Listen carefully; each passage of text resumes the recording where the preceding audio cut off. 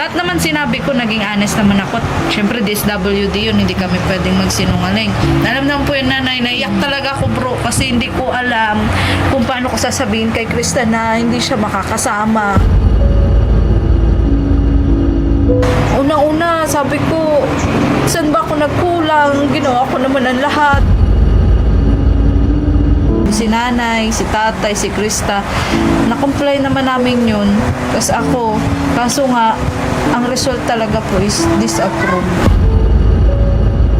Ginawa po talaga namin ni Ate Ligaya lahat kasi lagi po kami magkasama sa diet, lahat ng mga papers na kailangan.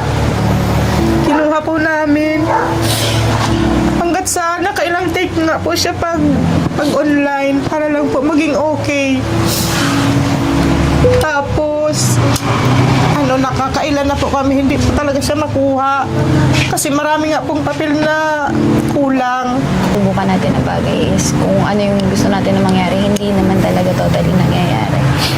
And, ayun, siguro, hindi pa para sa akin yun, yung travel na yun ngayon. So, siguro, sa mga susunod na lang, syempre, naiintindihan ko naman sila. Yung desisyon, malungkot sa side ko, syempre. Kasi, yun nga, unang travel ko, tapos, ganun. Hindi ako hindi kong pigilan. Tapos, ayun nga, kaya nga nang sabi po nila, hindi naman natin hawak yung desisyon, lalo at minor pa po ako. Naiintindihan ko po yun. Masakit lang talaga.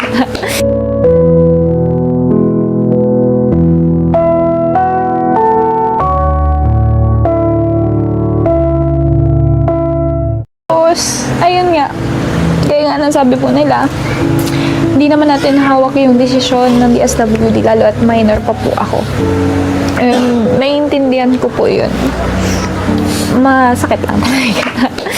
Basta, para huwag ka malungkot. Video call na lang. Huwag kang ganun. Huwag kang ganun. Bro, may, alam ko na, para hindi ka na malungkot si Nanay Ate Ligaya, si Rain may, ikaw yung last. Ako na lang siguro. Ako nalulungkot talaga ako nung pagsabi sa akin ni Ate Ligaya na disapprove. Kasi ako, pinapasikaso din ako ni Kalinga Prab, pero nandun na kasi sa Ate Ligaya and alam ko kaya ni Ate Ligaya yun. Kahit ako din naman, kahit ako po yung nag-asikaso nun, ginawa ko yung ginawa ni Ate Ligaya, madidisapprove at madidisapprove po talaga yun. Kasi, syempre may tinitingnan po mga criteria po doon yung DSWD and 15 years old pa lang po si Krista. And sa tingin ko isa yun sa dahilan. Yun nga po yung sabi. Medyo malayo pa sa 18 eh. 3 years pa. So sa tingin ko yun yung pinaka malaking dahilan kung bakit hindi talaga in-approve ng DSWD. Saka dumarami daw kasi bro yung kaso ng human trafficking sa Yun. ibang bansa. Kaya.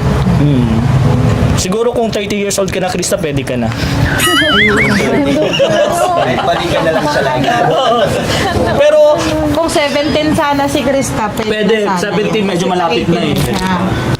Ay, kahapon talaga po, pag-decide ng sabing 50-50, di syempre, alam mo na po yun, kasi ang sabi nga po nung nag-interview sa amin, hindi talaga po siya pwede na wala siyang kasamang parent. Kahit isa po sa amin. Ano po yun, Nay? Sabi po? Hindi po siya pwedeng mag-travel na wala po siyang kasamang parent. Kung kasama ka po, makakasama Pwede po, wala daw pong problema. Ay, yun ba lang pala, yun ba lang pala. Napaka-basic yun. Tara na, Sumama ka Nanay. na, tara na, sumama ka na, Nay. Sumama ka na po. Oo. Tapos na. Hindi, Okay na. tuloy na. Tuloy na kami. Tuloy na ako. 1, 2, 3. Yay! Kasama ni Krista. Siguro na si Krista. Bakit mayroon na ba pamasahe? Mahal ah. Hindi, Sagot ko na. sagot ko na, Nay. Kasi nga di ba 35K?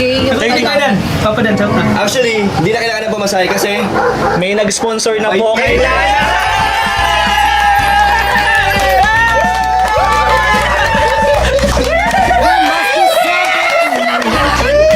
Ayan guys, naging emotional ako. May Kaya nga, sabi ko, ma-video ko na lang. Hindi man ako maganda yun. Ayun po, sa mga payag na hindi ka makasama yung it's a prank! Ang galing nyo na yun. Ang galing si Ate Ligaya. Ano talaga? Basta ka na nila yan. Hindi po, sa mga naguguluhan po, Sabi na po ni nanay na kapag kasama daw po yung magulang, si nanay, pwedeng-pwede na po sumama si Krista. ko alam na kasama po talaga.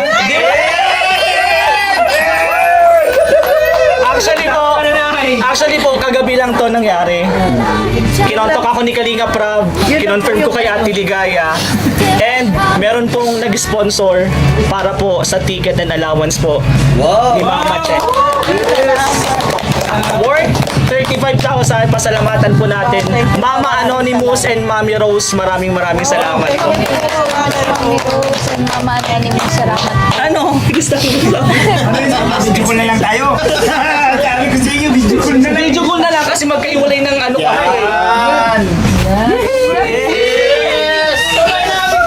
Nay, ano yung sabi ko mga video call na laban dito sa Pilipinas? Doon kami, okay lang.